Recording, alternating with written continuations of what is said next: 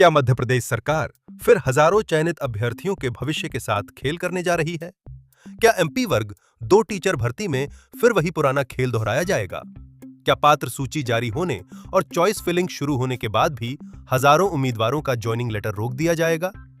क्योंकि 7 मई 2026 को पात्र अपात्र सूची जारी हो चुकी है। 12 मई से 18 मई तक चॉइस फिलिंग भी चल रही है। उम्मीदवार खुशी मना रहे हैं, परिवार जश्न मना रहे हैं, लेकिन शायद उन्हें अभी तक इस बात का अंदाजा नहीं है कि सरकार और विभाग आखिरी समय पर फिर बड़ा झटका दे सकते हैं। और अगर ऐसा हुआ तो फिर वही होगा जो 2018 बाद हर भर्ती में होता आया है। 14% को नौकरी और बाकी 13% को सिर्फ इंतजार और धोखा। आज की वीडियो में हम बात करेंगे आखिर क्यों हर बार ओबीसी उम्मीदवारों का भविष्य दांव पर लगा दिया जाता है, क्यों चयन के बाद भी ज्वाइनिंग नहीं दी जाती, और आखिर कब तक युवा सिर्फ कोर्ट और सरकार के बीच पिसते रहेंगे। वीडियो को आखिर तक जरूर देखिए, क्योंकि यह सिर्फ एक भर्ती नहीं, हजारों युवाओं के भविष्य की लड़ाई है। मध्य प्रदेश वर्ग 2 टीचर भर्ती में इस समय लाखों उम्मीदवारों की नजरें लगी हुई हैं।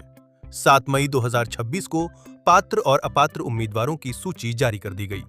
इसके बाद 12 मई से 18 मई तक चॉइस फिलिंग की प्रक्रिया भी शुरू हो गई। लेकिन सबसे बड़ा सवाल अब भी वही है, क्या सभी चयनित उम्मीदवारों को ज्वाइनिंग मिलेगी?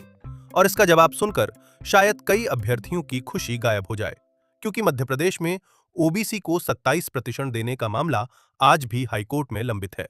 और दुख की बात यह है कि इसका सबसे बड़ा नुकसान हर बार युवाओं को उठाना पड़ता है। सरकार भर्ती निकाल देती है, परीक्षा करवा देती है, रिजल्ट जारी कर देती है, पात्र सूची भी जारी हो जाती है, लेकिन जब ज्वाइनिंग देने की बारी आती है तब सरकार कहती है मामला कोर्ट में है। अगर मामला कोर्ट में ही था तो फिर भर्ती निकालने से पहले समाधान क्यों नहीं किया गया? युवाओं को सालों तक तैयारी करवाकर आखिर में उनका भविष्य अधर में क्यों छोड़ दिया जाता है? 2018 के बाद मध्य प्रदेश की लगभग हर बड़ी भर्ती में यही खेल देखने को मिला है।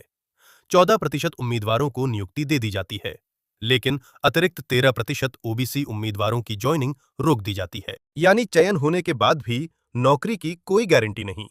अब वर्ग 2 भर्ती में भी हजारों उम्मीदवारों को यही डर सता रहा है। कई अभ्यर्थी ऐसे हैं जिन्होंने वर्षों मेहनत की, घर की आर्थिक स्थिति खराब होने के बावजूद तैयारी की, परिवार वालों ने उम्मीदें लगा लीं, लेकिन अब फिर वही डर, कहीं ज्वाइनिंग लेटर ही न रुक जाए। सबसे बड़ी बात यह है कि अभी बहुत से उम्मीदवारों को इस पूरे मामले की गंभीरता तक पता नहीं है। लोग सोशल मीडिया पर खुशी मना रहे हैं, लेकिन अगर सरकार ने पिछले भर्ती पैटर्न जैसा फैसला लिया तो हजारों चयनित उम्मीदवार सिर्फ लिस्ट देखकर रह जाएंगे। युवाओं का कहना है कि सरकार को अब साफ साफ बताना चाहिए कि आखिर 13% उम्मीदवारों का क्या होगा। कब तक ओबीसी अभ्यर्थियों को सिर्फ कोर्ट केस के नाम पर रोका जाएगा?